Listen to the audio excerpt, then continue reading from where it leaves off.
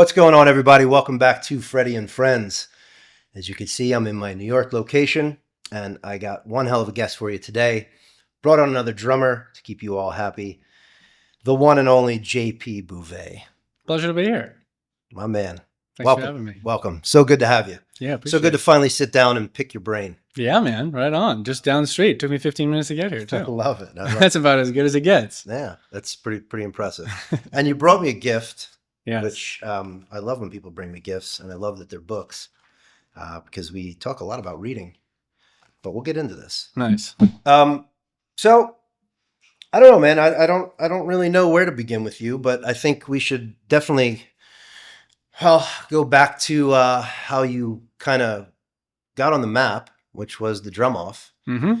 And I was doing some quick research because it's been a long time, and I thought it said 2011, but that couldn't be right. It is right.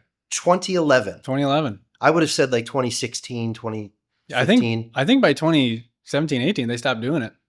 I think you're right. Yeah. 2011. Yeah. Wow. I was a little baby. Wow. 21 years old. It was probably, yeah, Jesus. Mm-hmm. So you won the drum off, and it kind of changed your entire... That was the spark. That was the first spark. Yeah. The first opportunity that a bunch of eyes turned to me. And these are kind of like 2011. I mean, relatively early YouTube days. I had no Instagram at that point. No Instagram. YouTube, I had a Facebook page, Yeah. had a Facebook fan page, I think, maybe, which was kind of a bold move for a college kid with no following. But in college, you just all make fan pages and follow each other and feel slightly better about yourself. Sure. But yeah, a bunch of eyes turned to me. It was an interesting experience. And the first task at hand was to try to capture that attention somehow. Yeah. And make it more than just a fleeting sort of moment, because the drum off happens every year. Yeah. Obviously, as a participant in it, I'd done it 5 years in a row, I think. I knew who had won. Yeah. And some of those names you still know. Who was before you? Was it immediately before me? Carlito? He was after me. Carlito was after you. So it might have been Isaiah Gill.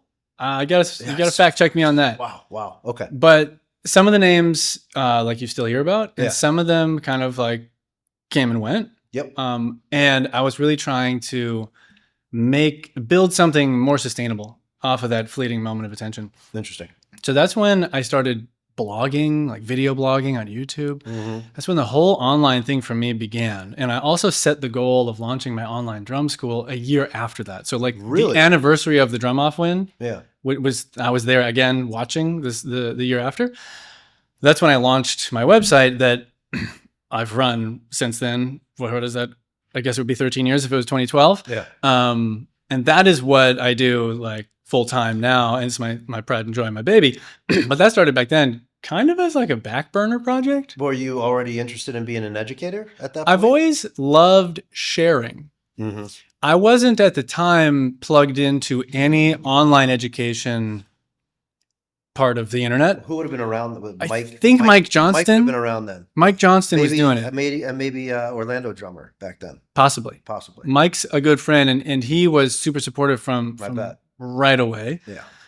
But so I didn't really have models or examples around that. I was just kind of not very online. I'm still not very online.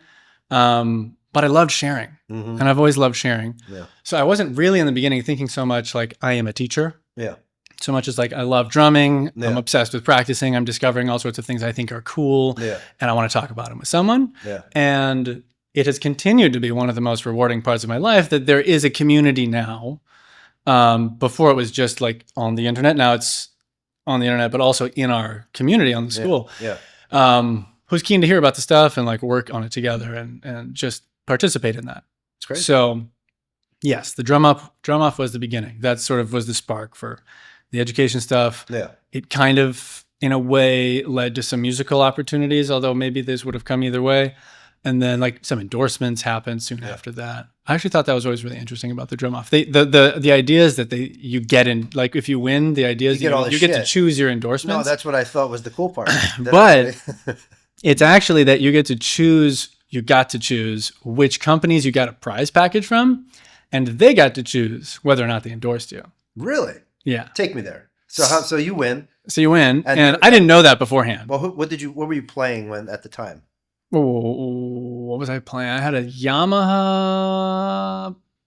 what was it wasn't the Maple Custom. I don't know. It was a cool Yamaha kit. I started on a Stage Custom. Yeah. I don't even remember the Yamaha models. What is it? Yamaha Maple whatever. Yeah. It was a great kit. Got it used for like dirt cheap somehow. It was in perfect condition. Yeah. Took it to college with me.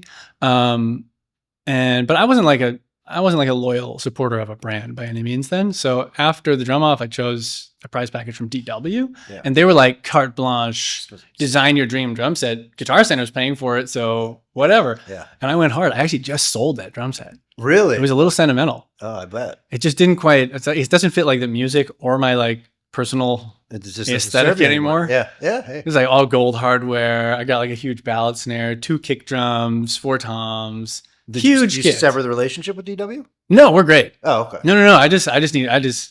I no longer use the kit ever. Okay. So I sold it to get a new kit.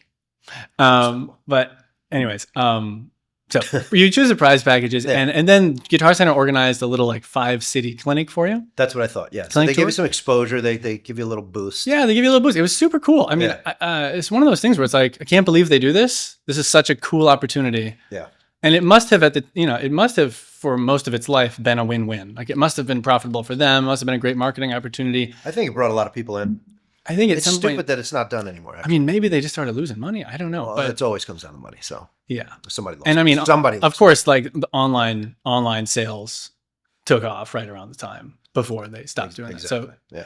So but anyways, after about a year, the endorsements, they endorsed me right away. The Simple Company. Yeah. And the other ones, after about a year-ish, they were like, cool, this guy seems to have his head on straight. He's driven. He's trying to do stuff. He's booking his own stuff, my own clinic tours. Yeah. So then they offered me a real artist deal. Okay. So you don't really... and I've been with those companies ever since. Where did you actually win? Like where were you competing? I started in Boston. You started in Boston. Because I was at Berklee College of Music. Okay. So that was... And the finals are in LA. Yeah. But I always felt like but the first round... Boston with the first round was it's like the most important one. I always felt like the first round was kind of the hardest one. I think so. In Boston.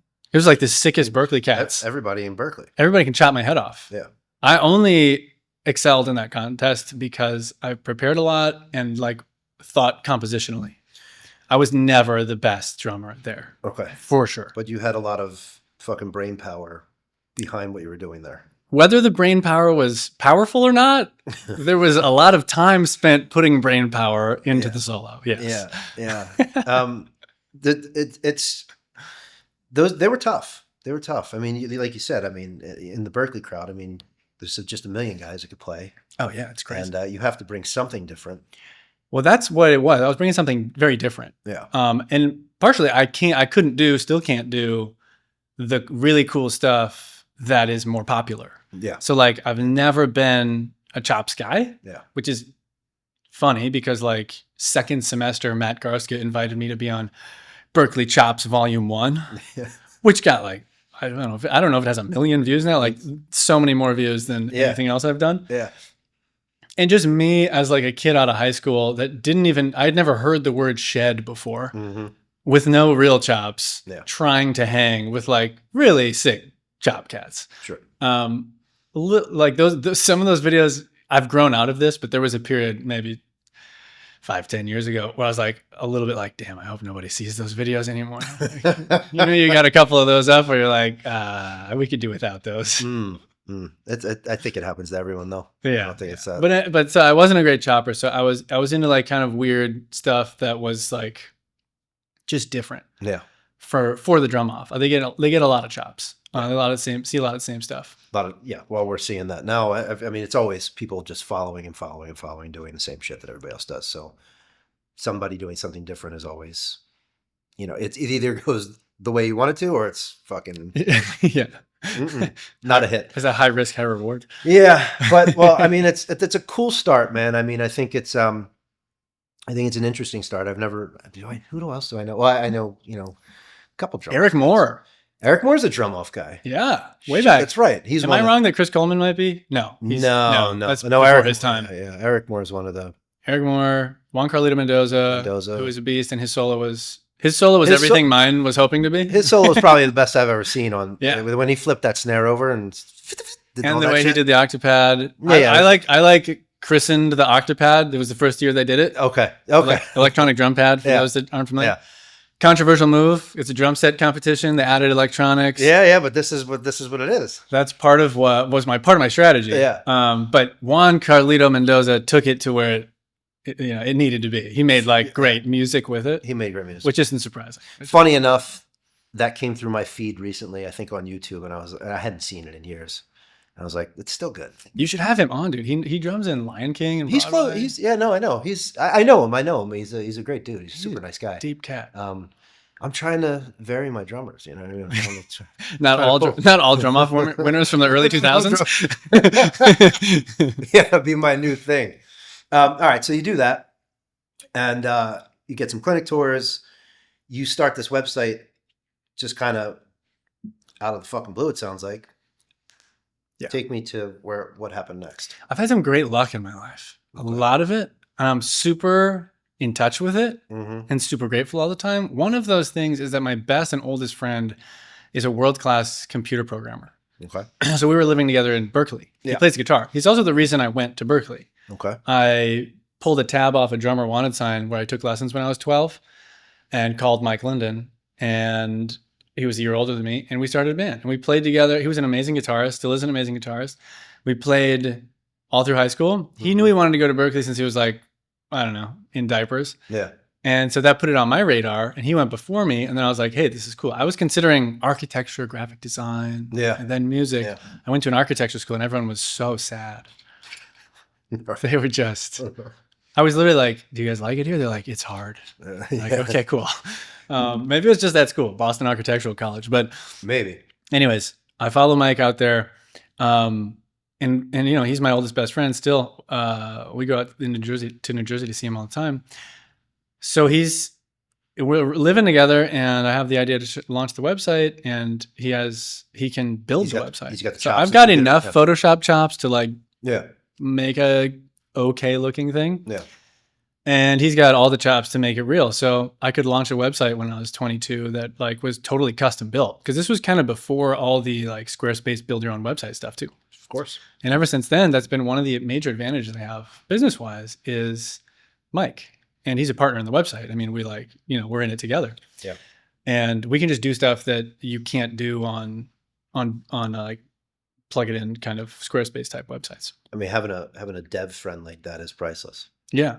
In today's climate, it's essential. Yeah. You could really get ahead quickly. I mean, it's the combo. It's a brilliant combo. Totally. Extremely. I've always recognized that great fortune that I have. So anyways, we launched the website. I remember so clearly the very first sign up, the first notification I got, the emails from PayPal at the time. I don't use PayPal anymore, but first subscription. No shit. Very cool. And it's just, it grew. And then I spent 8 years with it, kind of a back burner project. Okay. And then I went back to school, and it was a super back burner. It was in the microwave for 5 minutes a day project. Yeah. And then I came out of school, and I was really fired up, and we kind of relaunched it with some help. Yeah. And people kind of popped out of the woodwork. Another bit of great luck. And they were like, you could do way better, and I can help you do that. Amazing. And since then, it's kind of been growing like crazy. It's grown every month for 4 years and isn't showing any signs of stopping. And we're just pushing, trying all sorts of new stuff. The team is growing. And it's very, very exciting. That's amazing, man. So that's that's the way it happens too. It's I think people think that building a business, I think the narrative today is that it's easy to build a business. Everybody can build a business. You can quickly build a business and make money. It's a crock of shit. I agree. I always think of I don't remember where I heard this, but it was best new artist Grammy. Maybe it was Fun or some band. Mm-hmm. They've been a band for 10 years. It's always no one's just fucking coming out of the blue. You're not a new artist. Yeah. So that's how it feels for me. My wife owns a business in Long Island City, brick and mortar massage and acupuncture business. Mm-hmm. She took over 5 years ago. It was 10 years before that. Well, they're 15 years in. Yeah. Super solid, booked up all the time. You're over a decade in with this thing. I mean, and it makes complete sense to me. And then also makes sense that you kind of went and did other shit. You let it bake a little bit, like you said, come back, fresh perspective. You're as you get older, you see things differently, things change, new people come into your lives, new opportunities, and then you go back at it with this new lens and boom. Yeah. Now it's kicking. In a sense, I didn't know what I had because I went back to school for psychology when I was 28 or or something, 28. And I was really seriously considering a career change. Yeah. And I'm not like an You're artist. looking at this drumming thing like, Well, I'm not. I was kind of burnt out, and I didn't. The thing that I was thinking is, if I'm doing exactly what I'm doing now in 10 years, how does that feel? Mm-hmm. And it felt awful. I Mhm. was like, that means it hasn't worked and I'm stagnating. Interesting. That felt like, sort of, if I imagined in the future, it felt very like I was trapped, because then it would feel like it's too late. It's never too late, but whatever. Yeah. So I went back to school, entertaining very seriously the idea of psychology, and came out of school being sort of like having, being a fish out of water now, and being like, oh, I didn't realize how great what I have is, how Just awesome sitting the on this music thing. community is, how good my friends are, how unique they are. Yeah. Because it was really since going to college the first time, since I was a teenager, I've been like in the art world and in the music world. Mhm. And I don't feel like an artist at the core, but it's a very special group of people that are really just wired different. Way different. And when I was around kind of like your normie college students, I was like, whoa, I made some great friends, but that's different. It's a different mode they're operating in. And I just came back into it with a fire that is still burning bright. We're definitely wired differently. I always try to explain it to my wife. Like I got the music friends, and then I got the other people. Yeah. There's just if you know, you know. I don't know what else to say about it. It's just a different kind of, there's different conversations happening, and just a very 100%. different wiring, like you said. Yeah. I completely get that.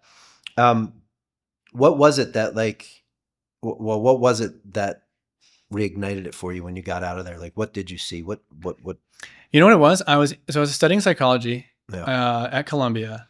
And what's great about psychology is you don't have to try to make it relevant to your life. Mm. Everything is about human psychology. So like everything you learn, you're like, wow, okay, I can see how this plays into either just noticing how I exist, or actual strategies for doing things differently, or whatever. You take a great class example is like thinking and decision making. And it's about how humans are rational and irrational. Mm-hmm. So I'm going through college, and in this very diffuse way, it made me just better at thinking. I feel like just thinking more deeply and more patiently about things. And what started to happen is during college, when I really wasn't thinking very hard about the drums, but I was still making courses for my website, I started to have some really important insights, specifically about teaching improvisation.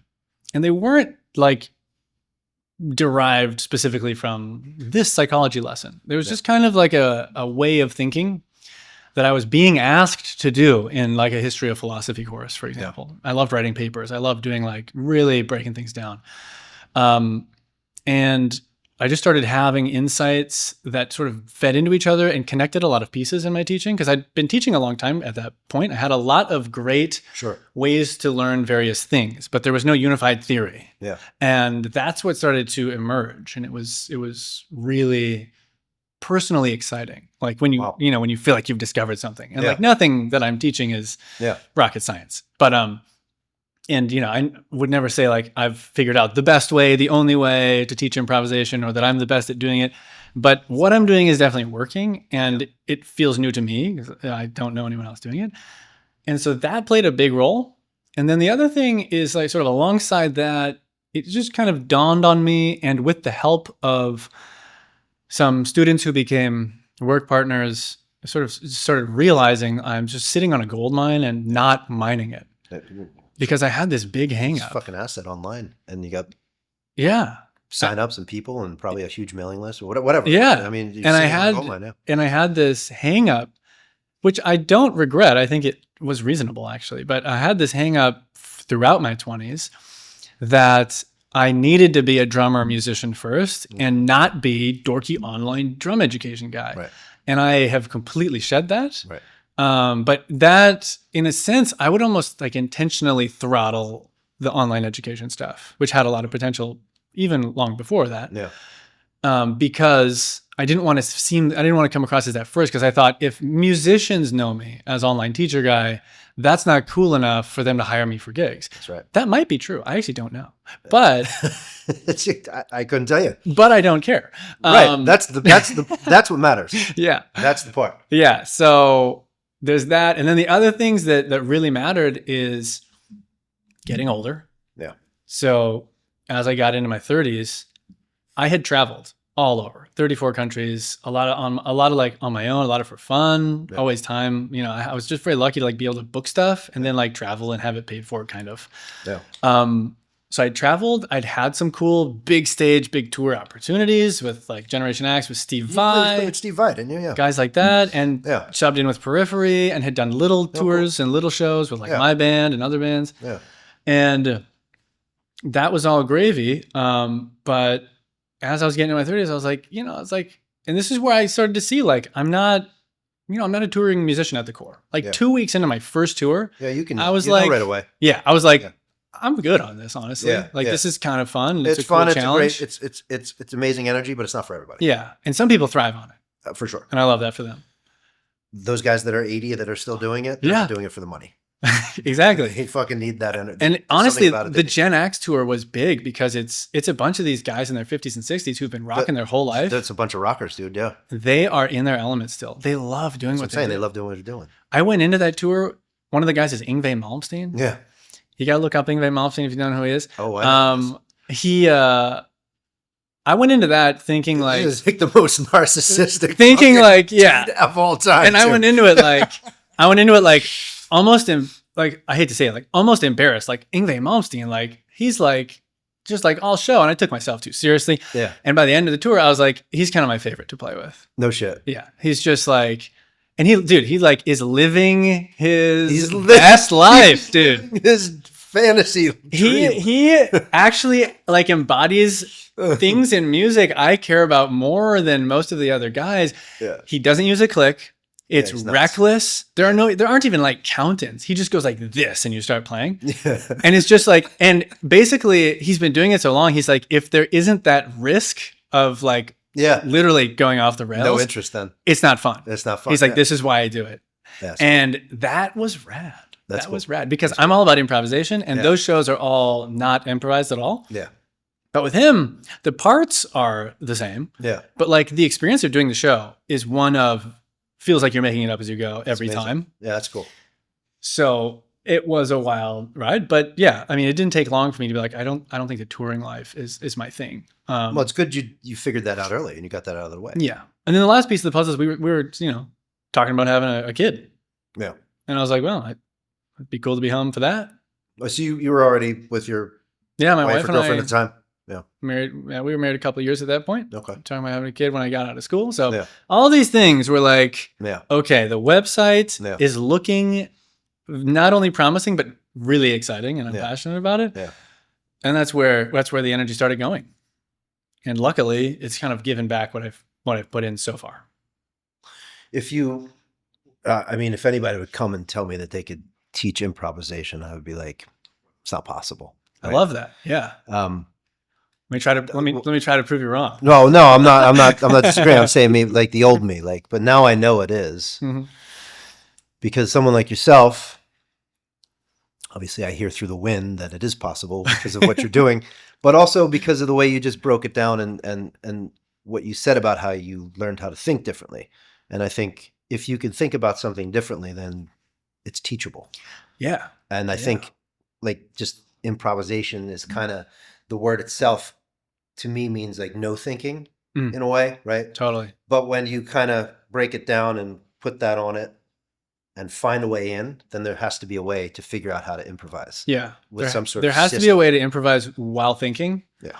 And there has to be a way to think better thoughts that are more useful to help you improvise better. Yeah. One of the mantras of the book and my website is think simple thoughts, play complex things. Mhm. And this is based on the psychology, like our shared psychology of which we don't have to get into in any depth right now, but the like simplest way to summarize what a systematic approach to learning improvisation is starts with recognizing that in your working memory, you can only hold a handful of things in mind at a time. Mm-hmm. So if you're trying to remember 7 numbers, Yeah. it's hard. Sure. And if I make it 10 numbers, you just can't do it. No one can do it unless you start chunking them together. But so you've got that, but you have unlimited long-term memory, right? You never meet another person and your brain's like, no more room for names. Sorry, that was the last name. Yeah. And you have unlimited, along with that, muscle memory, right? There's just so until you start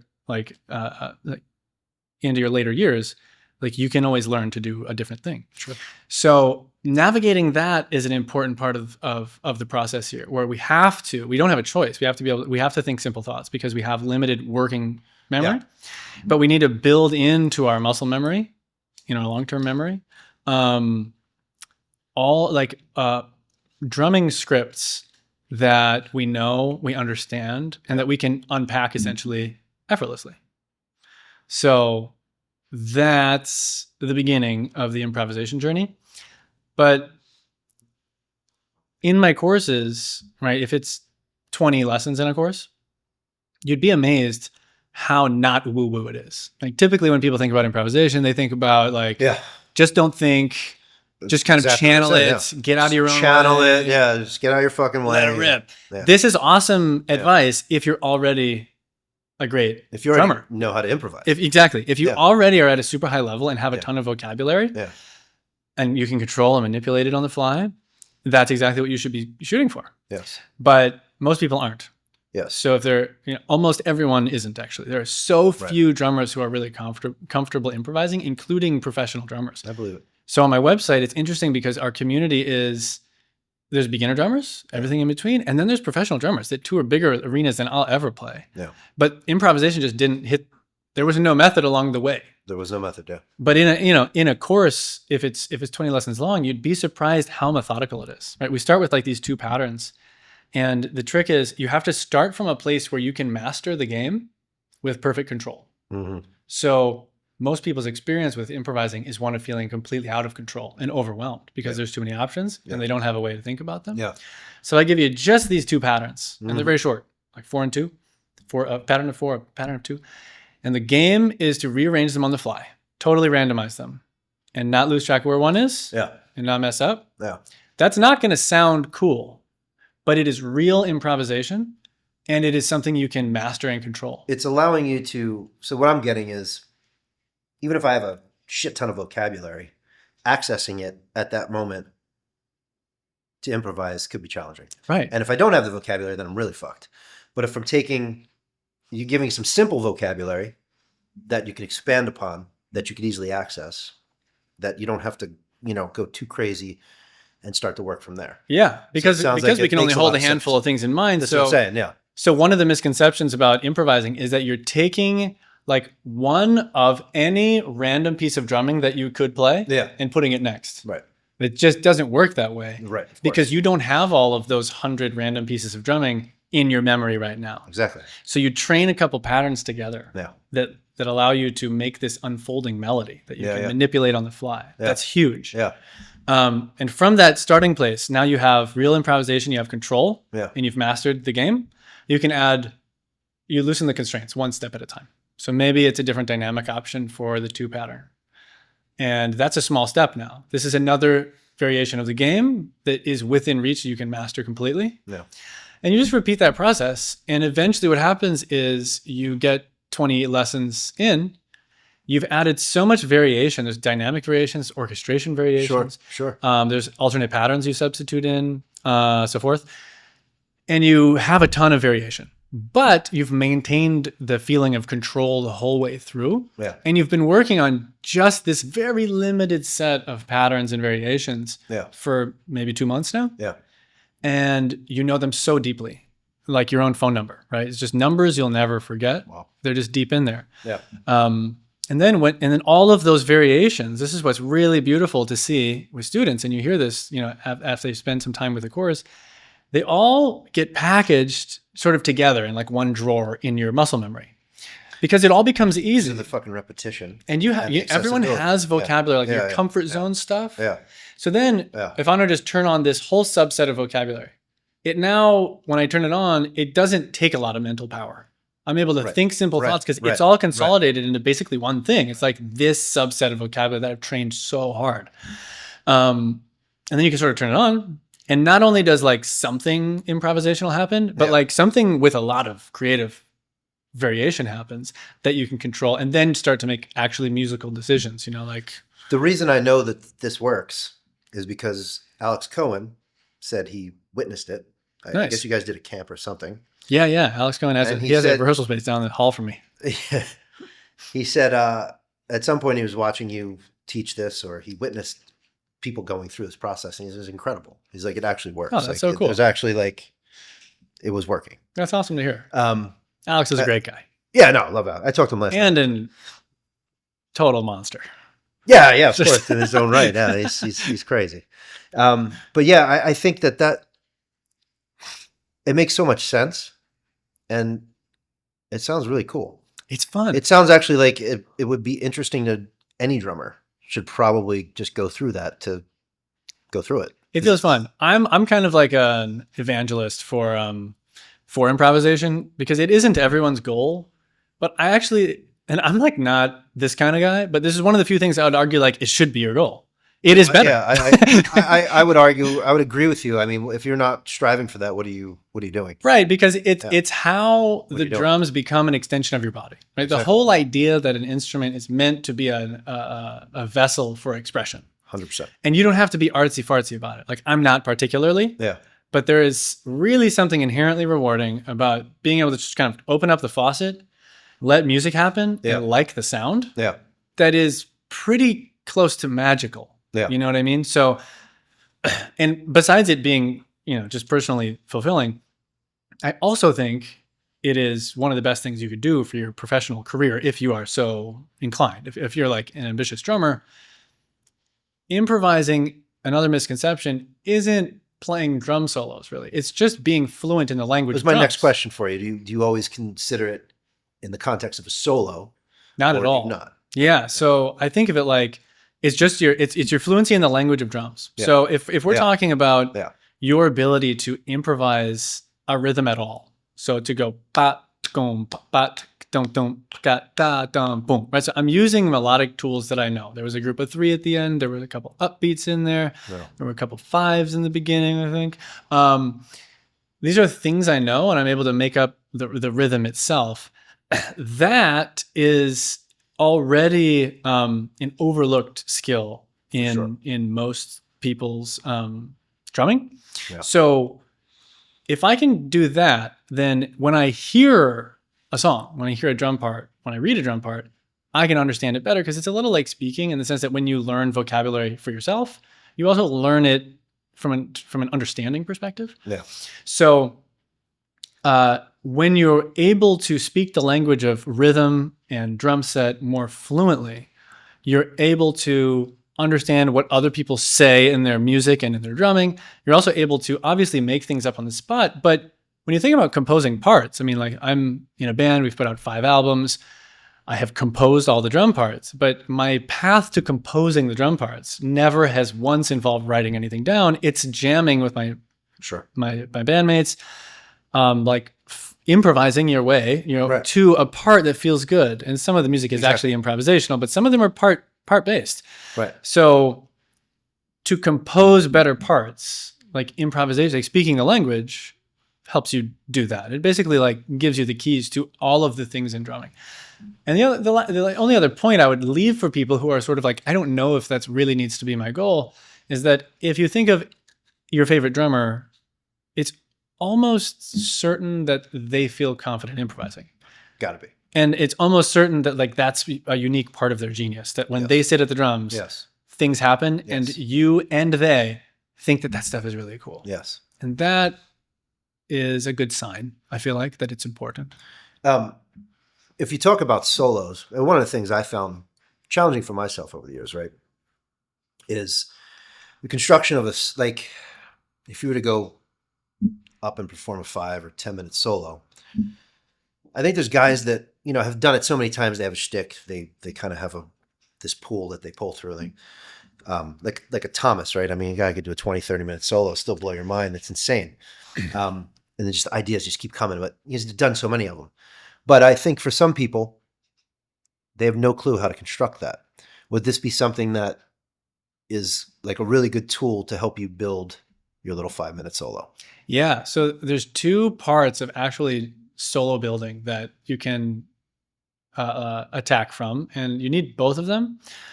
On the technical perspective, most people burn out on solos not because they're not creative, but because they don't have enough vocabulary.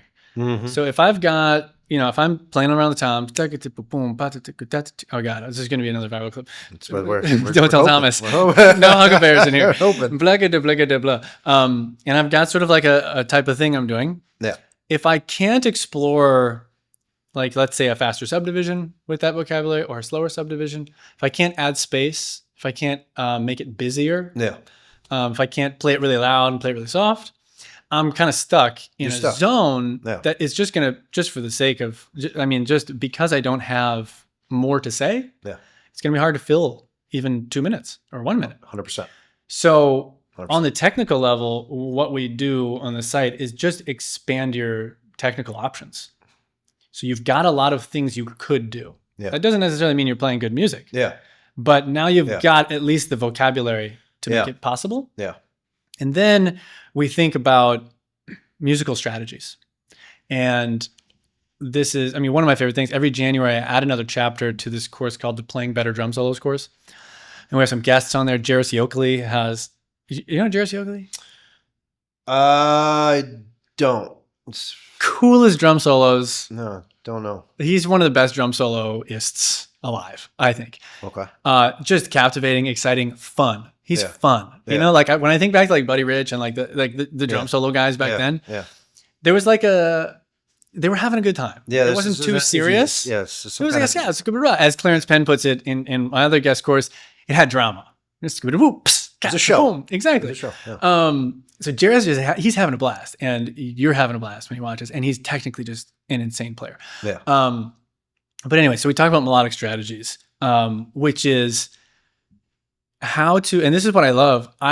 Another idea about drum solos that I try to kind of chip away at is the idea that it needs to be like a story or like a book or a movie. And it needs to have this sort of like the typical drum solo, which I have played 1,000 of these. They're great. It builds. There's a second section, a third section, and then it comes back and it like calls back to the beginning. Yeah. It works great. It works great. But what's more important, I find, in having played a lot of solos, is that there is movement at all, and that you create moments. And I think it almost doesn't matter at all what the shape is. Okay. So you're creating just like surprises and tension and release. Yeah. And that can like start here and then, and you're trying to create these moments where, and everyone knows what I mean. Maybe I need to explain, but like if you've been watching a show, a solo, there's a moment in one of your favorite songs where like you just get the chills, or like the whole band drops out and it's just the singer or something. Yeah. And just moments where like, oh, that fucking hit me hard. Yeah. You're trying to create that. And I don't think it's that important that the whole narrative is coherent. So, because I'm with you. I think experiencing music is quite different than reading a story or hearing a story. For sure. And you're really not remembering in like a narrative way what happened a minute and a half ago. Yeah. It's not that relevant to what's going to happen next, like it would be in a story. So creating movement at all is what we talk about doing, and creating moments. And, these aren't, this isn't rocket science stuff. It's like moments where you drop something out, you drop the low end out, you take the high end out. I have this tool called the web of intent, where in the middle is sort of the gray zone. You're stuck and it's boring drumming. Yeah. And then you have all these opposite adjectives like loud, soft, fast, fast, slow, but then more interesting ones like faster subdivision, slower subdivision, faster melody, regardless of subdivision, slower melody, triplet, straight time, somewhere in the middle, on the grid, off the grid, and all these continua, where you can you can sort of either jump for surprise or build along it for either like an increase in tension or something like that. Are you the one? So are you playing on these, kind of demonstrating? these concepts? Yeah, especially for those courses. I mean, in when we're building technical vocabulary, I play all the exercises, and then I give creative exercises, which is another whole thing we should talk about. But I can't do those with the student. That's practicing improvising. But then in the more creative stuff, yes, I'm trying to provide an example of what I'm talking about. Okay. And then your current website, is it 100% about this concept, or is there other stuff like basic stuff or advanced, like non-improvisational? So it is yes and no. Essentially, why are they when I say I teach improvisation, it's kind of misleading. Yeah. Because I teach all of the same fundamentals everyone else teaches, okay, but I teach you to have options and move between them. So like when we start this, it's like there's like my first grooves course, first fills course. We're not really talking about improv in those. We're just making sure we've got like enough of a baseline to move toward having options. But then all the other courses, it's normal stuff. Kick drum freedom. Cool. Like there's a million grid exercises to do kick drum freedom. Ghost notes. Stuff like that. But what we do is like take ghost notes, for example. We'll learn 4 different strategies for playing ghost notes. And they're fairly common. They're like stuff everyone's doing. Sure. But what we try to work toward is, first of all, just identifying them like that, and then working on the creative exercise of moving between the strategies. Got it. So when you're playing a groove, your kick drum is usually the most important creative tool. But your ghost notes are right there behind it, reacting to what the kick drum's doing. That's right. And so if you can only put like the standard, smells like Teen Spirit, boom, cat, boom, cat, ghost notes in, then that's actually not a creative option you have. Right. So if we build 4 different ways to think about ghost notes in reaction to what our kick drum is doing, which we've in a different course built strategies, melodic strategies for playing interesting kick drum melodies that aren't super common and sort of played out. Yeah. And you combine these things together, you're still just doing kick drum exercises and ghost note exercises, but it spills over into the creative exercises, which is practicing moving between the strategies and thinking melodically. Sure. And then you find yourself being able to improvise. Well, you find yourself not only being able to improvise, but to make moments, right? So if you can take your ghost notes in and out, and you can have like all the ghost notes as one strategy, like just so many ghost notes, and then just one every now and then in a weird place, that is already an A and a B. Yeah. That's really kind of powerful, actually, musically. How much is it a month? $30. Okay, so I'm little drummer boy Freddy. I want to spend $30 a month. I want to go get educated online. God only knows, maybe there's 20 dudes with very similar things, right? Mm-hmm. How's JP Bouvet? How is he differentiating and getting that $30 Well, versus the other guy? And what you the just told me is specialization in improvisation is big. okay. That is the niche that I exist in. But also, say this in the most neutral way possible. What I'm trying to make is university quality education for all levels. So not university quality in that it is hard and advanced, just like rigorous and serious. Yeah. So for me, I'm never trying to help you have fun. I put it this way. I'm not trying to be fun. To me, the fun is making progress. And that's always how it felt for me. When I can do something I couldn't do last week, that is an extremely good feeling. Yeah. Whereas like, a really fun host who makes some great jokes while he's teaching, that's great. But like, it doesn't do anything for me. Yeah. So I'm not interested in entertainment at all on the website. And I think people appreciate that I'm not confused about that goal, or I'm not trying to overwhelm them with all this stuff. So I'm trying to make super high quality university quality courses. I've been to a really good music university. I know I don't want to talk too much shit, but like when it comes to improvising, you just don't learn anything at even Berklee College of Music about it, for the most part, unless you get really lucky with a great private instructor. So that is one of the things that sets what I'm doing apart. Yeah. And then like anything, it's just, it's a teaching style thing.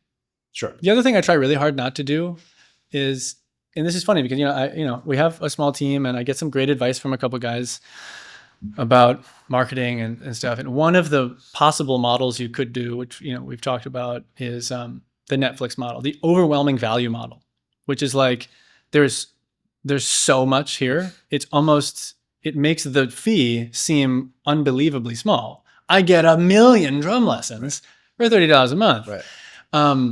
This is a tempting thing to do. And if you put in a lot of entertainment with it, you can like get there really fast. Yeah. But I think most drummers today suffer from feeling overwhelmed by the options and feeling this constant pull, this temptation that there's something they should be studying and that they're not. Yeah. So I'm sort of the anti too much content. I put my content out slowly. Yeah. And it's all serious and kind of demanding. Like a lot of my lessons are like 20, 30 minutes. Yeah. And it just is what it is. It can't be shorter. And if you're here for serious drum education, you're in the right place. Yeah. If you're here for like a quick takeaway, you're probably going to like kind of want to fast forward me or something, or get to the good part. I don't know what that is, but so there's that. I take down a lot of old courses when they don't meet my quality requirements anymore. Mm-hmm. So there's a lot to study. I mean, you'll be able to study forever essentially on the website. Yeah. But it's not option paralysis. And I try to do that really smart. Intentionally. I mean, just from talking to you for a little bit, I see the difference. I see the value. I see where your positioning is. I know the other guys too. So, I mean, I can kind of see everybody's got their own little thing. Mm-hmm. There's a personality driven model, the Netflix model. I get it. I think you're positioned in a really nice place. Thank you. I'm really trying to have the content be the selling point. Yeah. Because it can't be me. Yeah. You can't have to like me. You don't need to like me. Yeah, your ego's out of it. Yeah. Yeah. In fact, cool. I'm like trying to more and more the older I get be like an invisible deliverer of information. You walked in here, you're barely on social, you really don't give a fuck.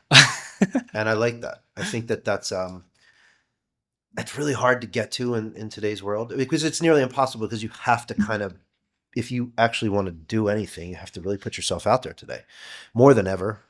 More noise to cut through. So to be able to release that kind of ego-driven kind of thing is pretty cool.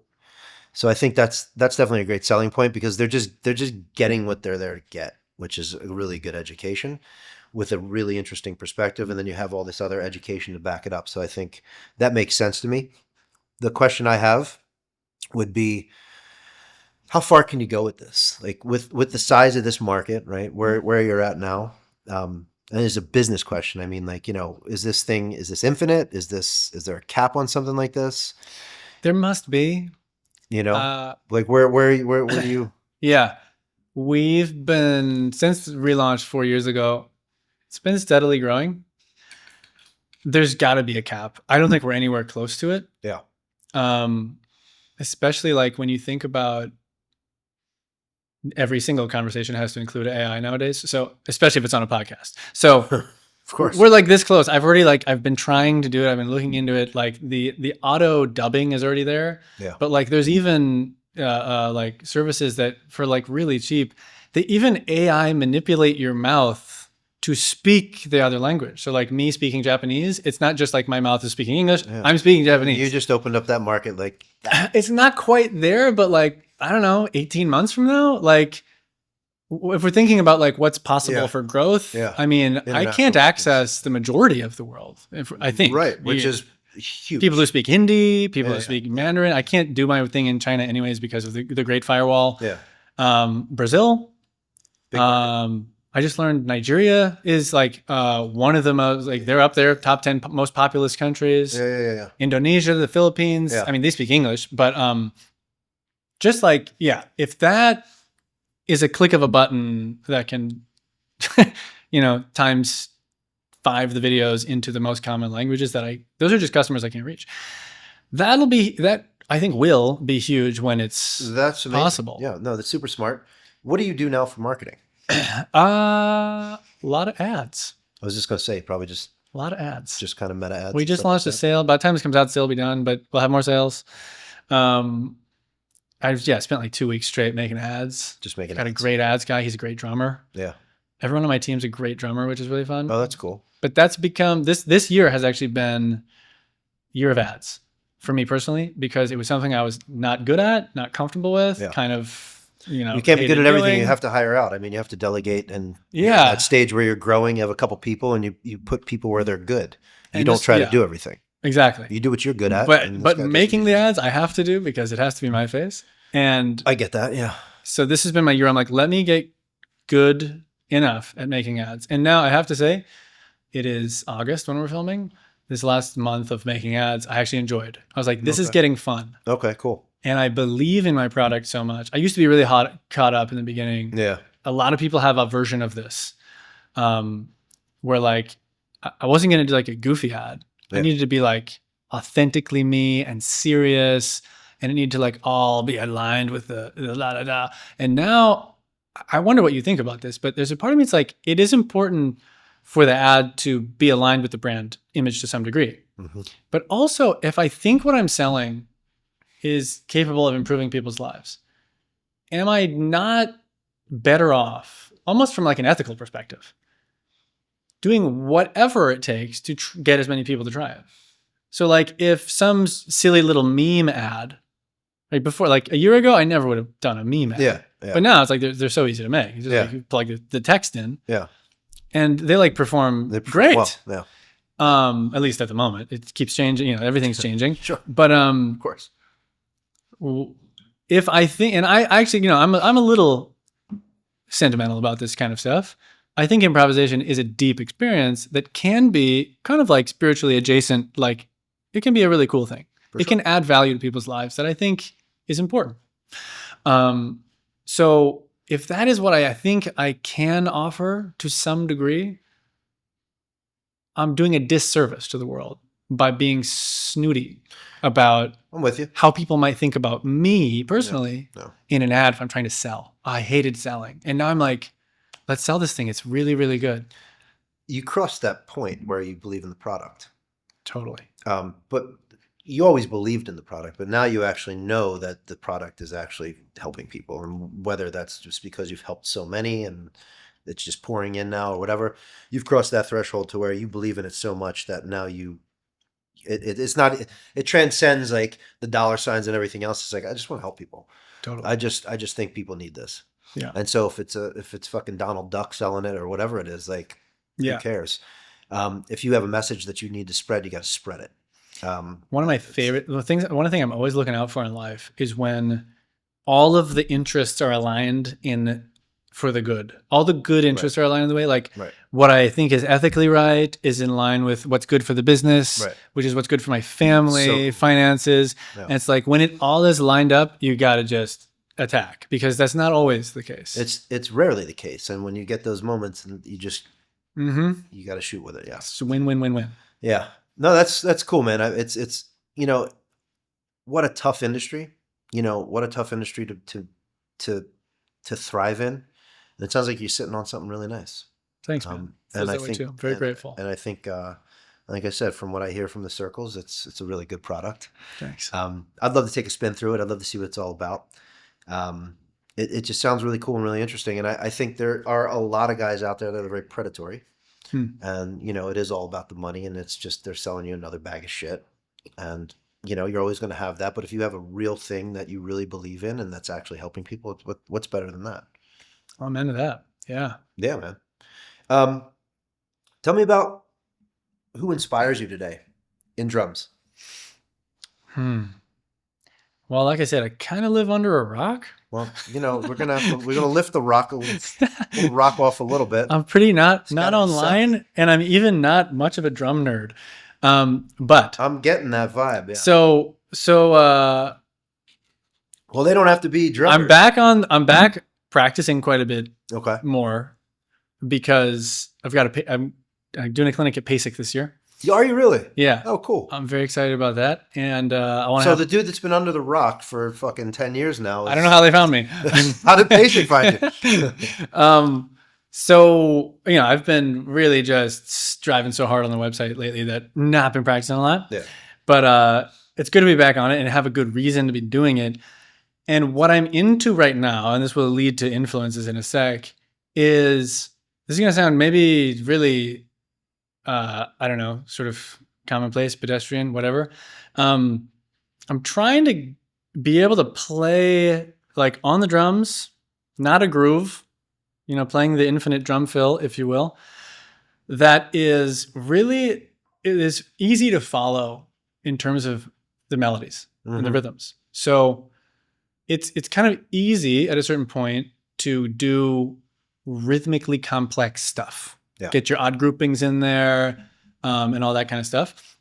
And typically when you do that, you keep time with the left foot so that the audience isn't totally confused if you're a generous player. Yeah. So that is sort of has been my normal operating system for a lot of my life. Yeah. Sort of like trying to increase the complexity, but like make sure people are with me to some degree. Sure. I'm kind of trying to do a different thing right now where I'm trying to keep the complexity of the patterns, but decrease the complexity of the actual melodies. So there might be a lot of notes in there, but what you hear is like doom, ga, pa, tukakung, ba, right? So it's like a really common, easy melody. Yeah. But it might be filled in the middle with right? A lot of like fancy stuff in the middle. Yeah. At the bottom layer, the ghost note layer. And what I want to do is not keep a lot of left foot time.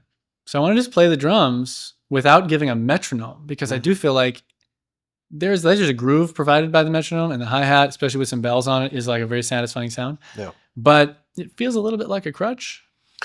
This is really interesting you're saying this. So I spent a whole lifetime not really keeping time with that left foot and playing exactly what you said. Yeah. That was kind of how I played. Nice. Always. It always worked for me. And then about, I don't know, a couple years ago, I started thinking, well, maybe I need to start keeping time. So I brought it back. Nice. And it's kind of commonplace. Yeah. Yeah. It doesn't feel like, I've always viewed, I also play guitar, I write music. When I was coming up, I loved drums, but it wasn't enough. I heard music, and I needed to be able to, I wrote, poetry, everything. I always viewed the drums as more of a kind of melodic instrument, if you wanted it to be, in my approach to playing the drums, I always approached the drums as a soloist. I hate keeping time. I'll be quite honest. I tell everybody, don't hire me for a fucking rock gig. I don't want to play it. I want to do exactly what you just said. Be all over the fucking toms. Maybe we're keeping a pulse. Maybe we're not. Who gives a shit, right? That's the way I've always seen it. And I think if you deliver that, I think it's refreshing. Yeah. I think it's very refreshing. I'm sick of the ostinato. I'm sick of, great. They're tough to play. But you know what? Just fucking get up there and make something sound good. However you need to do it. It doesn't have to follow this protocol. But I like what you're saying. Yeah. Yeah. It feels almost like, I'm not like a purist in this sense, but it feels almost like a drum set purist goal. Yeah. It's like, I want to be able to hit drums only and it be awesome and be music. It be everything you need. You don't need a beat. I want to extract tone from the instrument and have sound instead of thud. Yeah. There you go. And attack. Like, I want to create some kind of sound. I think it's cool. I think it's really cool. So guys kind of on my radar are, I'm into like kind of jazz cats right now. Dan Weiss is a great drummer in the city that I try to see play every 6 months or so. Sure. He always blows my mind to smithereens. Yeah. And he can do a lot of, he sort of embodies this to a certain degree. Yeah. Dave King from the Bad Plus is one of my all-time biggest inspirations, favorite bands, favorite drummers. Okay. Very hard to describe. There is this constant tension in his playing that it is like controlled and reckless feeling. But you're like, it's reckless without you as the listener feeling afraid it's going to go off the rails. He's got perfect control. Yeah. But it's not, it's like something crazy about it. Yeah. His attention to tone is wild. His range of dynamics is the whole range. He's like a rock drummer with all the vocabulary playing jazz. So you're getting into jazz. I've always been like a wannabe jazz cat. Yeah. And I went through a harder jazz phase a couple of years ago. And that's what I listen to actually like most of the time. Every morning we put jazz albums on in the house. It's the plight of the drum world right now. I mean, and you're under a rock, so maybe you wouldn't know this, but no, everything is, I was talking about it on another show. It seems like it's a sport, very extreme. Everybody's going for speed, 300 BPM in every fucking limb. It's a little much. You don't hear many guys talking about jazz. You don't hear many guys talking about any of that kind of playing. Actually, jazz is really kind of just like really frowned upon, actually. Yeah. That's where I came from. Those were the dudes that I thought could play drums. It wasn't the other guys, and then obviously that's not completely true, but I just don't understand why there's so little attraction to that kind of playing. And then maybe because drum's such a visceral instrument, when like young people watch drummers, they really want to see somebody just pounding and playing fast and aggression and all those things that are associated with it. I'm like the complete opposite. I look at it and I like fucking make love to the instrument or something. It's like a different kind of thing. I don't want to beat the shit out of them. I never hit them hard. I just, my wife's like, you don't fucking look good when you play drums. I'm like, what are you talking about? She's like, but that's not how I play, but it's like, what's all this working out for? It's like, it's just strange to me. It's strange to me, but it goes back to, like I said, I don't necessarily identify with like the drummer identity. Yeah. I'm with you there. That's why I was ready to, I considered hanging it up seriously. It's just not, I've always thought I'm a guy who's pretty good at the drums. I am not a drummer who's also a dude doing other stuff, Right. that's the order of priorities. Right. I've always thought I could do other stuff, but yeah. Also jazz sort of monopolizes the idea of improvisation. Exactly. And that is another sort of misconception that I guess tacitly is I'm always like teaching against, in a sense, because I have a jazz curriculum on the website, but it's a tiny minority, and a tiny minority of students are interested in it. Right. But it's one that I think is often taught poorly and with a lot of weird attitude. So I wanted to make it super accessible entry point. And it goes pretty far. Clarence Penn's course, University Jazz Concepts, is like so great. And John Riley's got a course on the website. Yeah. But everything else is, it's what you see when you're flipping through Instagram, seeing all these great clips of like great drummers improvising. It's modern cats playing modern stuff. If like I said, like if we put a drum set in here and I was to like lay down what my version of a swing was, you'd probably be like, that's pretty cool. Nice. And I don't know if that's jazz. I call it broken swing. That's kind of the style that I play in, right? That I associate with is kind of a mix of that, straightforward fucking old school jazz mixed with like the kind of shit you would hear like a JoJo with a, a drum and bass infusion. That's what I like. Nice. And I think it's such a sweet spot of drumming that not many guys are tapping into. Yeah. There's so much you can do and interlace with those hands, with the ride and the left hand and the snare. And there's so much going on there and you don't hear it. Have you ever heard of, do you know John Christensen, the drummer, or Paul Motion? Paul Motion played with Bill Evans on all his famous albums. No. These guys, when you're talking about a little bit ago, making love to the drums, these guys are some of my biggest influences in the last couple of years. They do a lot of, at least Paul, later in his career, and John, I don't know about his life, honestly. I just know a couple of his albums. Yeah. A lot of out of time playing. Yeah. But it's kind of like a little adjacent to what I was talking about with what I'm going for with the basic solo. There's time, and sometimes the drums are not the ones keeping it, and they're this sort of textural layer. Exactly. And it is exactly. It really was a revelatory moment for me to hear some of those albums, because I was like, this is new to me as what the drums can do. Yes. And an album like I Have the Room Above Her, I think that's what it's called. Bill Frisell, Paul Motion, Joe Lovano, I think. And then who's on the John? Because I think the Jacob Bro album, Returnings, might be John Christensen. Anyways, look up John Christensen. Yeah.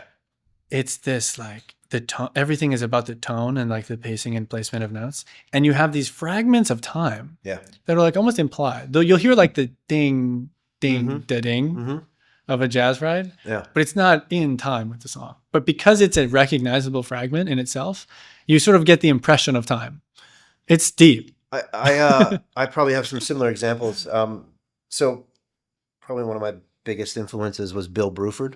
Cool. from I never King. got into Bill. Yeah. So, and most people, when they hear that, they don't understand. Number one, I think drummers don't really. Well, let me ask you this, right? How many drummers can you identify by their snare sound? Not many. I mean, next to none, right? Joey Jordison. Joey Jordison, maybe. I mean, when I really think about it, it's always been Bruford, right? Bill Bruford had the most unique snare sound. You always knew it was Bruford, Yeah. right? I think the other guy that always came to mind was the dude from 311, Chad Sexton. I would He put had Brian Blade in there too. Brian Blade. Like his 'cause whole drum set sound is like yeah, he's got a great sound as well. But I mean, it's not a lot. small number of people. Yeah. Small number of people, right?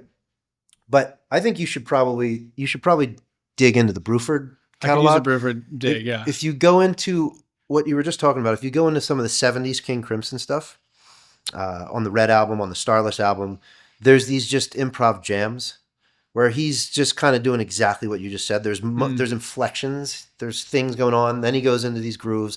These are all just free-form jams, but I think you'll really appreciate that stuff. Cool. But the reason why Bill had the biggest impact on me, that snare sound was crazy.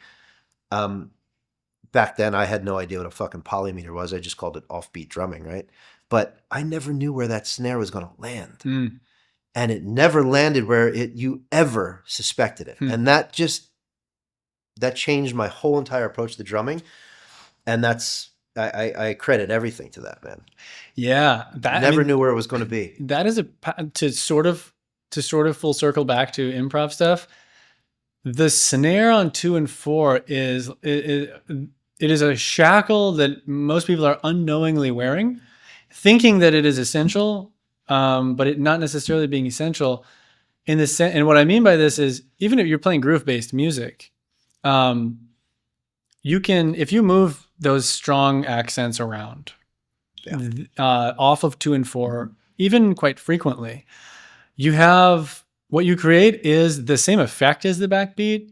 It's anchoring the time. It's still anchoring. You get like I was saying about the ding, ding, da, ding out of time, you get the impression of a backbeat. You get the effect of the backbeat without it actually being on 2 and 4, which then frees you up to actually make some way different and more creative decisions. 100%.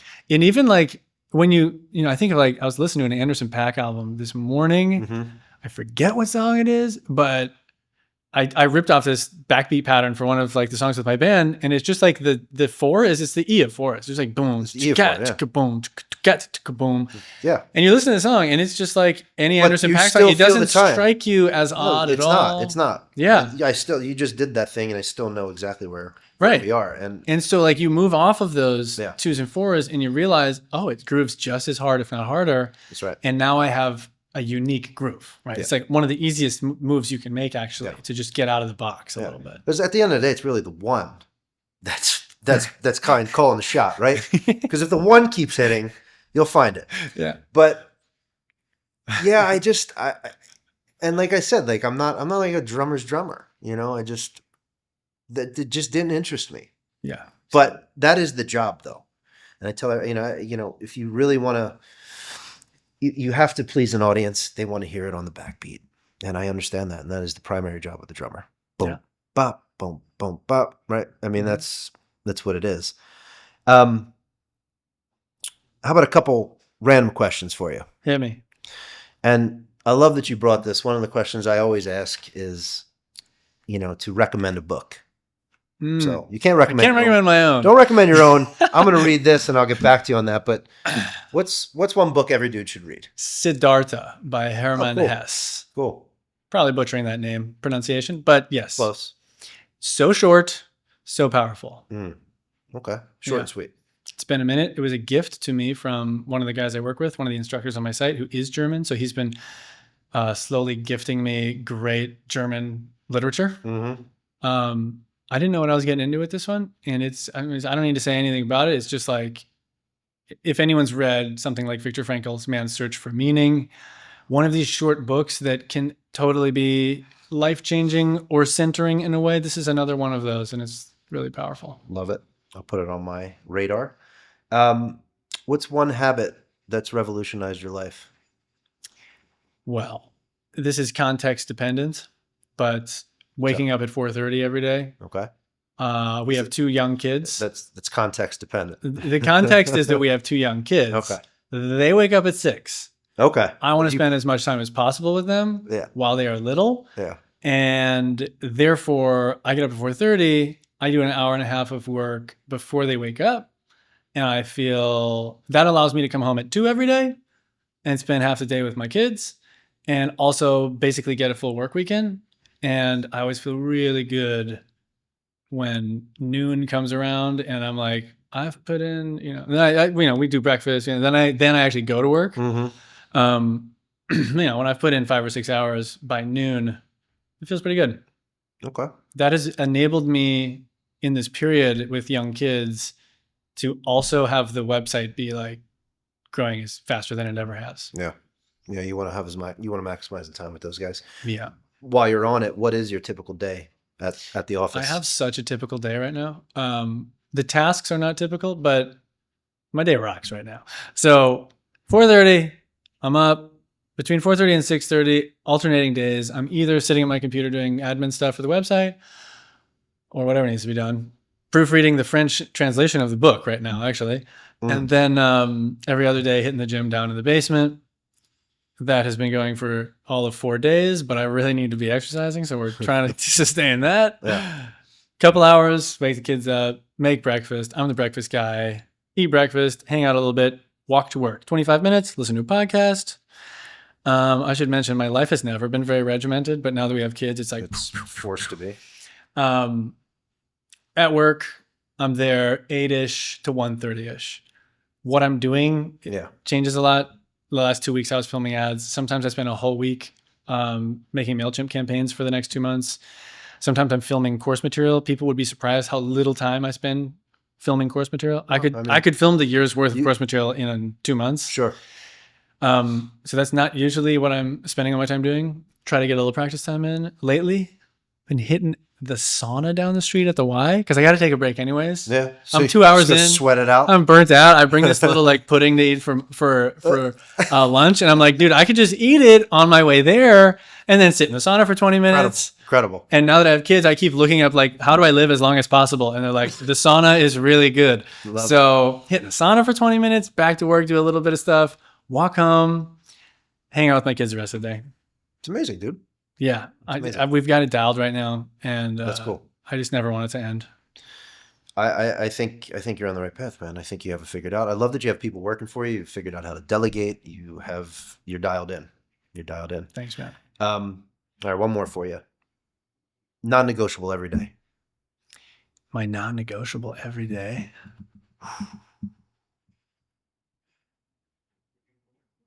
I'm gonna say I gotta say playtime with my kids.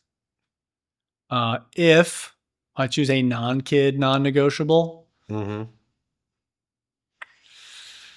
used to be reading. Used to be. It used to be reading. This is not the season. It used to be reading. What's writing? Apparently, it's writing. Yeah, yeah. For 20 years, no, 10 years before we had kids, I would always make time to read, either first thing in the morning or a bunch of time at night. Yeah. And that was really my happy place. Amazing. Yeah. Did you grow up in Boston or no? No, Minnesota. Minnesota. College in Boston, then moved to New York 13 years ago. You got French roots? I have French Mauritian roots. So little tiny island off the coast of Madagascar. Of course. My dad was born there and moved to Hawaii when he was 10. So we have the Frenchest names on earth. Yeah, it's pretty French. And we did not grow up speaking French. Okay. But Jean-Pierre Didier Bouvet, I did learn to speak French Jean-Pierre Didier. as an adult because you can't have that name and not talk and not speak Un petit peu. What about for your kids? What kind of dad are you? I mean, dude, I have so many parent opinions, so many dad opinions. Yeah. I think. Well, I'm not a dad, so I mean, I think so hard about all of it. It's I don't know what are some of my main guiding principles are. Let them do. Only say no when it's really important, when it matters. Only stop them from doing things when it's actually risky. Essentially, give them as much. I'm like a free range parents type of person, as much as we can be. So let them explore and let them find themselves. And one of the things I think about a lot, which maybe is a unique thought, I don't know, is that it's very easy to be intrusive in your kids' physical life. This is part of parenting. You have to stop them from doing things. You're sort of always there guiding them. Of course. But I try not to be intrusive in their mental life all the time. So my 3-year-old is, at 3, they're thinking a lot. They're reflecting on stuff. Fucking right. They're like, there's a lot going on up there. Yeah. And it's really easy to like constantly be chatting at them and like telling them stuff and like putting music on and like sort of like always filling the space. Yeah. And I'm really trying to always, like, we talk a lot. There's no shortage of language in the house, but I try to let her lead the play and the conversation as much as I can.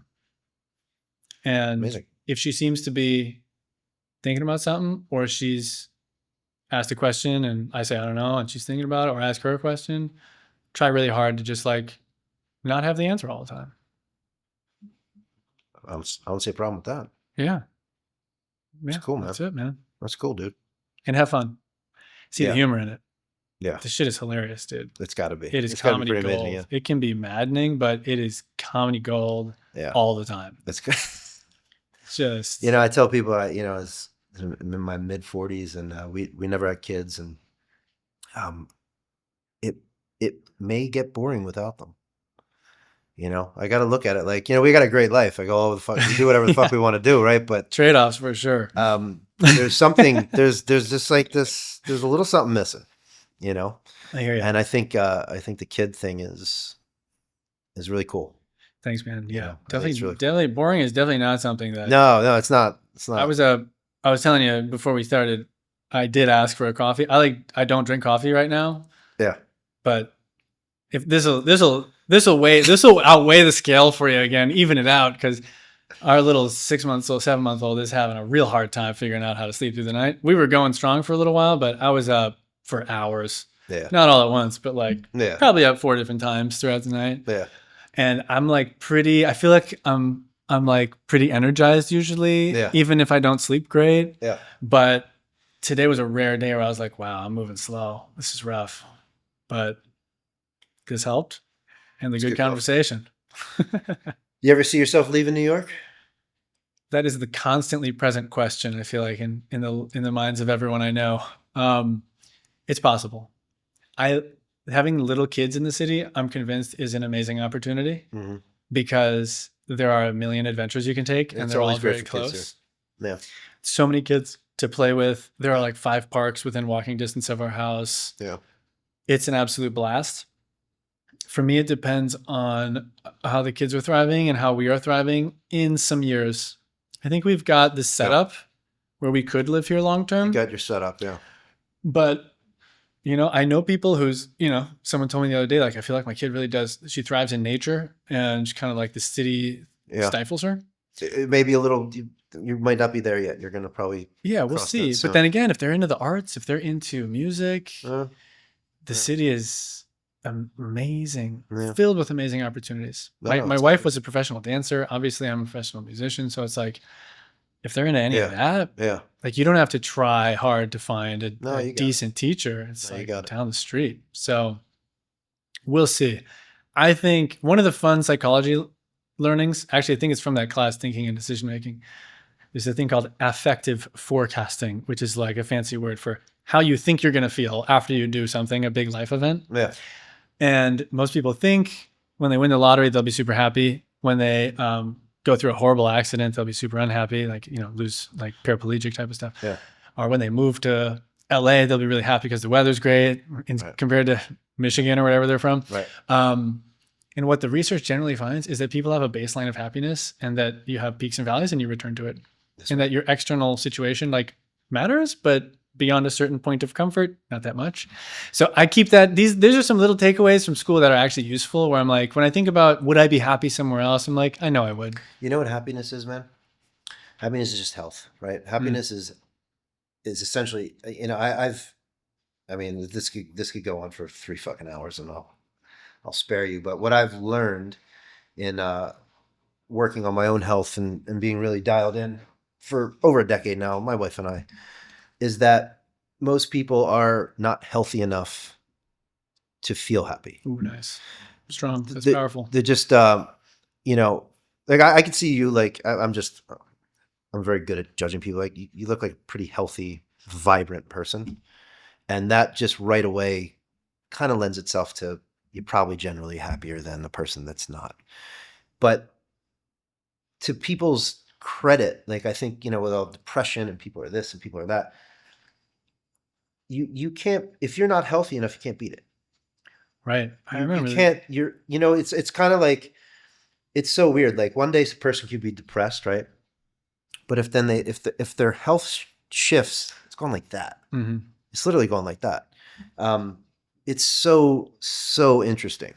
Yeah, I'm with you. And so it has nothing to do with any stimuli coming from here or there, whatever. It's everything to do with basically, does your body have enough fucking B6 to make neurotransmitters? Is shit firing? Mm-hmm. And when it does, you return back to unless there's something very wrong with the person or there is some kind of complication, but you return to your normal state. And that state is one of just this, like you said, this baseline of a contention that's just right here. It's not here, but it's your norm.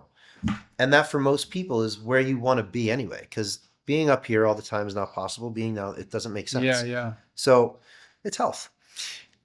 Can I ask you a question? Sure. What are some of the most important, like longevity related things you've added to your life, or habits you've built in, or things you've learned? Sure. Because that's my priority right now. I think, and that's what the show is kind of about too, because I'm doing this a lot for many reasons, but to kind of cut through noise, because there's like so many fucking experts, and I'm not trying to position myself as an expert on anything, but I think people kind of shove this one-way mentality down your throat. I think what I just said, like you have to look at your body as one whole system. I would look to the Eastern and Western modalities for sure, and how they look at the body, or the Eastern modality rather, how they look at the body versus how, we do here. I think simple things like obviously diet, right? That's easy. I think most people, depending what your background is, are nutritionally deficient, right? So, and this is going very deep. Most people have probably a malabsorption problem where they're not getting the vitamins and minerals that make things work in their body. I would thoroughly look at that through testing, kind of see where you are with your vitamins and minerals and stuff like this. Blood testing? Blood testing, there's all different kinds of tests. I mean, there's all different ways to look at this shit, but get a baseline on your B vitamins and on your minerals, because that kind of stuff is just the cornerstone of health, right? And then from there, you can construct your diet based on what your needs are. But, we're getting bombarded with toxins and, all kinds of bullshit in this society. And like I said, there's a lot of different modalities, but I think less is more. So you say you're going to the sauna and stuff. I think people will tell you to do the sauna and do the cold plunge, do it at the same fucking time. But you got to take it easy. The body actually wants less. It doesn't want to work out every day. It doesn't want to build massive muscles. It doesn't want to do any of that. It just wants to just really be kind of in this nice little homeostasis that it likes to be in. And we do everything we can to throw it out of it. So I think less is more on this topic, but I think you need to find out really where the problems lie, because we all have shit going on, right? Whether it's our hormones are shot, or we can't think straight, or we got the brain fog, or this or that. We're all masking something. There's always something. So the first step before anybody could say, hey, you should do this, I would never tell you to do anything without evaluating. You know what I mean? Yeah. I don't know. You could fucking have terrible brain fog, or, That's why I gave up coffee. It gave me horrible brain fog. Well, I don't drink caffeine. I don't do caffeine. Yeah. I think caffeine's powerful. It's an extremely powerful drug. Don't need it. Yeah. I think every now and then, if you use it as a medicine, it's important. Yeah. But I don't do it on a daily basis. Yeah. I do love coffee. I do decafs, which everybody's like, why you fucking drink decaf? I'm like, I like the taste. Like those guys, I'll do a decaf. They got great coffee. I think evaluate where the problem is or where you think it is, and then from there you have to really deep dive it. I can't say you should do this, you should do that. Yes, sure, it's healthy to do sauna, you release some toxins. Sure, it's good to do a fucking coffee enema every now and then, whatever your thing is. But it's it's not what you think. Yeah. It's not what you think. It's completely based on what's going on with you. Right. You said your wife does acupuncture and all that. Mm-hmm. Amazing. Yeah, I've done all that stuff for years. I mean, I do all that. That's all great supportive stuff. I don't think any of that stuff is potentially curative, depending on, you know, for most people, it's a deficiency, and shit's not firing right in the body. There's Yeah. either a blockage or they just haven't been able to assimilate what they need to. Yeah, right on. That's one of my getting that type of health assessment blood work done is like, I think that's my birthday present this year. I've been talking about it with my wife, and she's like, Yeah. all right. I mean, blood works. That's like 101, right? I mean, there's a lot deeper you can go, but I think starting with like just general blood work, right? Getting all that, looking, see if anything's glaring. Yeah. Thing about blood work is also the ranges are based off of God only knows what. They're not really General population type of stuff. Yeah, so you have to be careful. But if anything's fucking really sticking out, you know, go down that route a little bit. But that's step one. I mean, just to give you an idea, like where I am with my journey, I'm always looking to see how I can make things better. I'm seeing a gastro guy, right? Not because I have gastrointestinal issues, because I'm more concerned about my brain, because the gut is the brain is the gut. So we do an endoscopy, and they look in there, looking at the small intestine. So what we find is that I have this incredible amount of inflammation. And the guy said, you know, every 5 years I see someone with a case this bad. Wow. And I eat like, forget it. My diet's been dialed in. I don't eat any shit, you know. They do biopsies and stuff, finds out that I have the lowest levels of disaccharide enzymes he's ever seen. Disaccharides, if you don't know, if you do, these are the enzymes that break down lactose, maltase, all these different kind of things that are in foods. Mm-hmm. It's basically carbohydrates. I cannot break them down at all. So I can't eat them, right? Without these enzymes, I can't eat them. So if I do eat them, I get all fucked up, right? Huh. Brain, you name it. Yeah. You know, so food is huge. If your body can't digest stuff, where does that go? Ferments in your body, creates all kinds of problems. The more of it you consume, you know, because your body will just get used to feeling a certain way, and it won't really, it'll alarm you by the brain fog and stuff, but it's usually not enough to get people motivated. Yeah. But anyway, like, so just removing these certain foods clears up a lot of stuff. But now I got to fix the disaccharide problem, because I'm not going to sit around and just eat meat. You know, I want to eat my carbs too. So I have to get the right enzyme protocol and this and that. But you have to look, and you have to know where to look, and you have to be willing to spend the money, because it's your health. Because like you said, you want to be around for those little guys, daddy's going to have to take care of his ass. Yeah. And it's not cheap, and you know, you got to just do what you got to do. Yeah, I don't know if that answers your question, dude, but it's really hard to, unless you sat down and said, this is what's bothering me. Yeah. And we can go off mic for that, but that's encouraging. That's encouraging. This year's been my, like, get my sleep together. Yeah, sleep's Our important. diet's killing pretty much. We're really health conscious. Yeah. Getting my exercise back together now. I used before kids, you know. Yeah. But this I do feel like is the next frontier of like getting the data. It's, you know what I bro, mean? it's data. What can be measured can be whatever the saying is, right? Yeah. You have to get data, and there's great testing. There's great, like, this is Aura Ring, right? So it's for sleep and all that. Like, That's my other Christmas list present. Get one of those. It ain't going to break the bank. You'll kind of just get a metric on your sleep, right? Yeah. You'll see if you're sleeping at like an 80 to 90%, like, oh, okay, I'm doing okay. And you can tweak that very easily. There's a lot you can do. I'm not like a huge tech geek, but there's certain things I think are cool. Yeah, you know? totally. Get those baseline metrics, and then you can start chipping away at it. And that's the way I operate now. Just all data. Love It's it. the only way. Love It's the it. only way. I'm with you. Yeah. So, but you feel free to pick my brain anytime. Yeah, appreciate it. Thanks. No problem, brother. It's a pleasure having you on. Thank you for coming out, making the 20-minute journey. Oh man, my pleasure. Thanks I'm so glad much. we could do it. And maybe I'll probably see you at PASIC. I usually go. Nice. And I'll be rooting for you. Right on, man. And if you want to tell the audience where they can find you, how to find you, who you are. Absolutely. If you search my name, you'll probably find me. Not a lot of JP Bouvets out there, but my website, jpbouvetmethod.com. If you're a drummer, go there. I teach a lot of things all centered around improvisation. We'll get a promo code going, right? What should it be? Freddy and Friends. Freddy and Friends. If you enter Freddy and Friends, you get 30 days free. Other than that, amazing. I got a band, Childish Japes. I'm online. You'll find me. You know, that first album was good. I haven't heard anything since. But first album was good. They You get said better. You got 5? They get better. So you got 5 records. Yeah. First one was good, man. Thank you, brother. Thank you. Thanks for having me. JP Bouvet. What a dude. Check him out.